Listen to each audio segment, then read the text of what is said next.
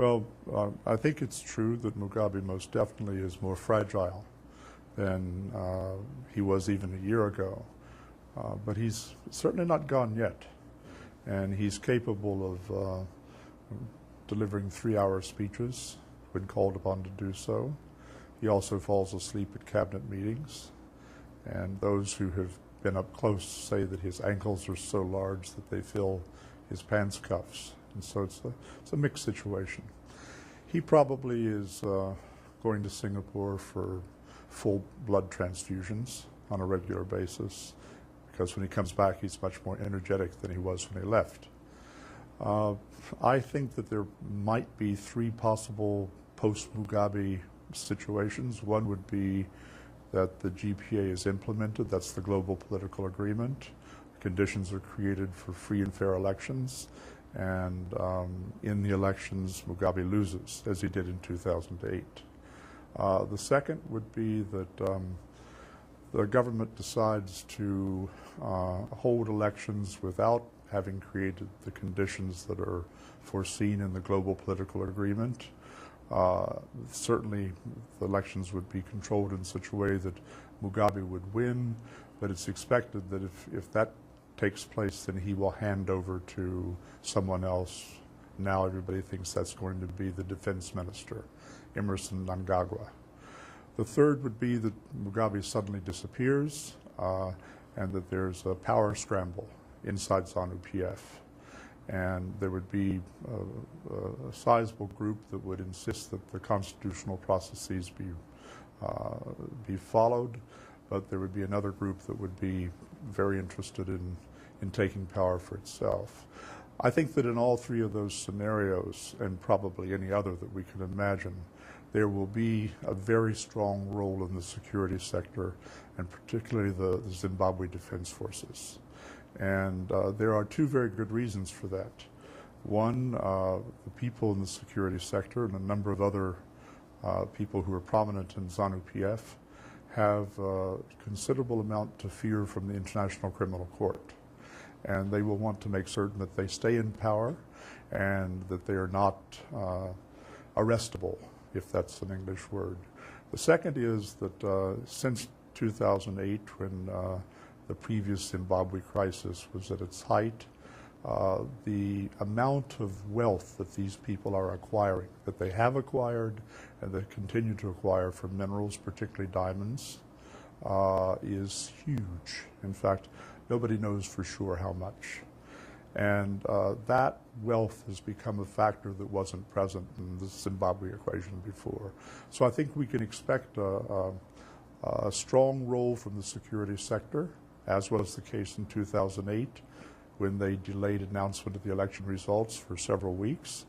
I would guess that they will be quite clever about it, and so they'll have a civilian face on the government that they put in place. And if I had to bet right now, the head of that government would be Mnangagwa, the defense minister.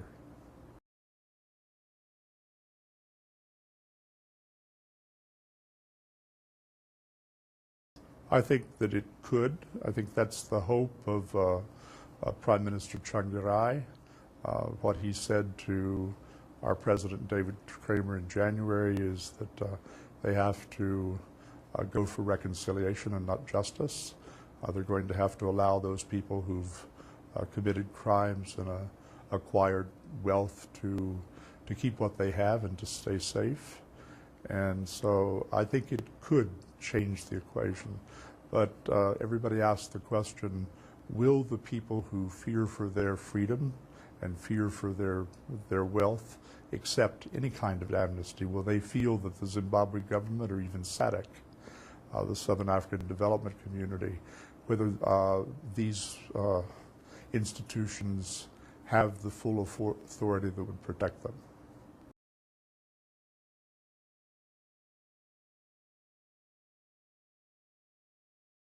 Well, if they're not controls that are put in place by SADC and by the African Union, most definitely not. Because the guys with the guns are all on the other side. And they're not going to be able to even defend their own lives in that sort of situation unless there's a strong foreign observer force in the country, and unless the other side is convinced that it's in their interest not to behave in the violent way that they have behaved in the past. Zimbabwe politics are extremely violent. In 2008, 200 people are known to have been killed, but thousands of people were criminally attacked and tortured. And the same elements of the security sector and the para party, or whatever you call them, the war veterans and the youth militias and so on, they're in place throughout the country, and they're poised and ready to do the same things again.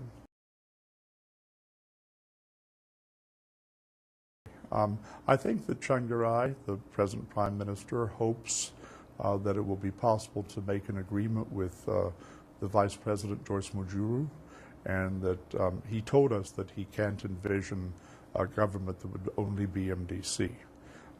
He envisions a government that would include elements of ZANU-PF, but not the hardliners. And so I think that probably what President Zuma is hoping to negotiate now is an agreement between the Mujuru faction, although that's been weakened by the disappearance of the General Solomon Mujuru, who was killed under mysterious circumstances last August, and that they would then be able to put together what would be an overwhelming, ticket for campaigning. But the fact remains that the conditions have to be there for the campaign to take place.